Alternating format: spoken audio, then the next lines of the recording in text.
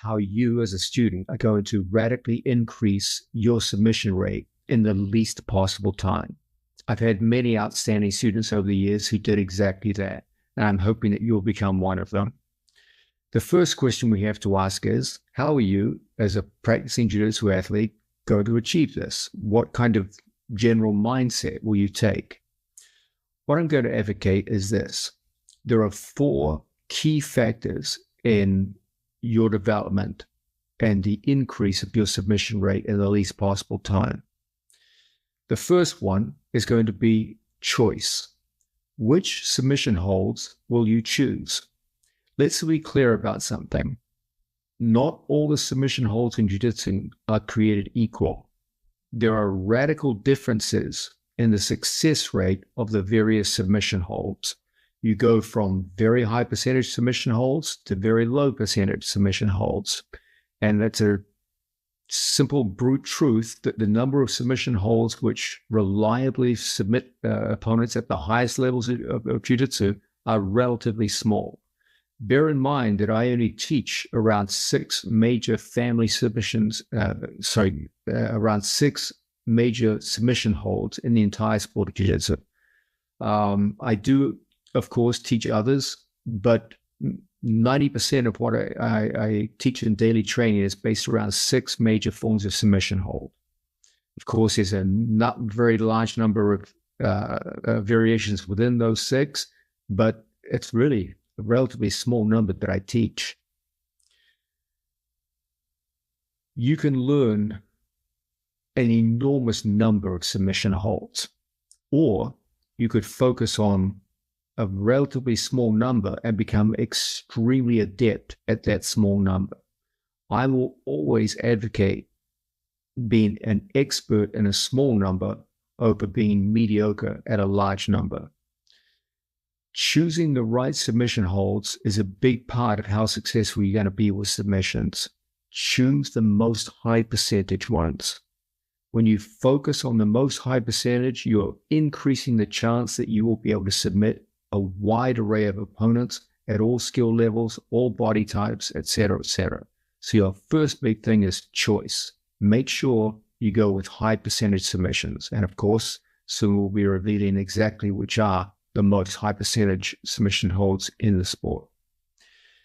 The second big thing is the idea of immersion. You want to immerse yourself in the study of a few skills.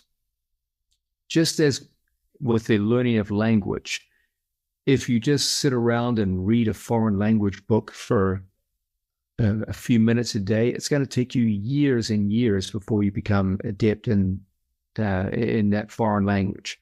But if you get thrown into a foreign country and you have to do literally every single task, every single day for every waking minute of every day in a foreign language, you will learn pretty damn quickly. Immersing yourself in a skill is the fastest way to learn.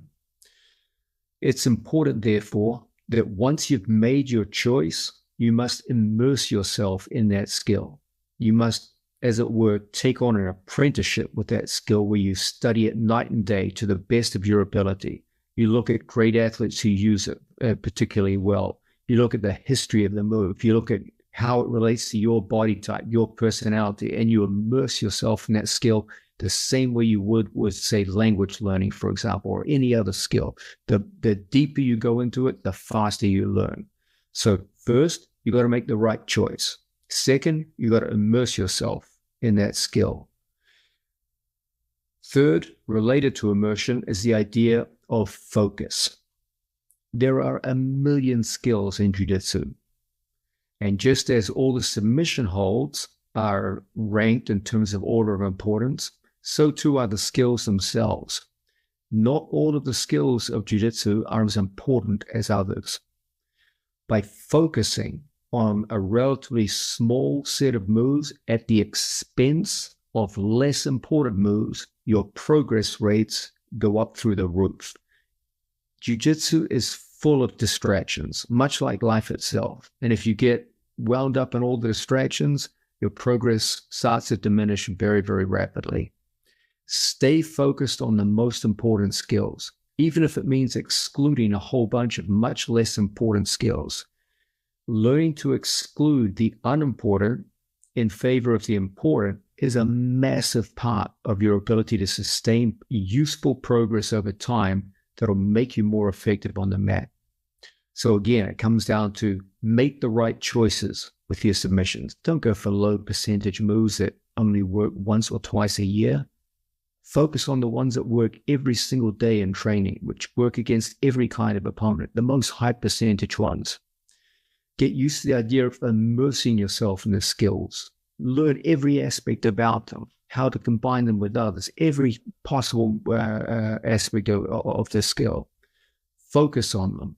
Don't get distracted. Don't focus on one thing one day and then another thing another day. Just focus on the most important elements once you've made that choice, even if it means excluding a whole bunch of other skills, which frankly aren't nearly as important. The fourth key element in increasing your submission rate in the least possible time is a mental element. This is the idea of identifying opportunity and pulling the trigger once opportunity is identified. It's a common thing that people will learn a lot of skills, but if you can't identify opportunity in the heat of sparring or competition, it's of no use to you. And of course, you have to be able to pull the trigger once you've identified opportunity. Remember always that an athlete who knows a skill but is unwilling to use it is no better off in competition than an athlete who simply doesn't have the skill. Your skills are only as useful as the confidence you exhibit in pulling the trigger when the opportunity arises. So you've got to be able to see opportunity and then pull the trigger. If you can work with these four elements, the idea of choice, making a wise choice as to which submissions you should pursue and study, going after the most high percentage ones, of the idea of focus, of looking at the various options you have and excluding unimportant options and focusing only on the most important, on the idea of immersion, of studying every aspect of these few choices that you've made, and working on the idea of identifying opportunity and pulling the trigger once it's identified. If you can excel in those four elements, you can be extremely successful, increasing your submission rate in a relatively short period of time. This video will be about how you're going to maximize your use of these four elements in the study of submission holds.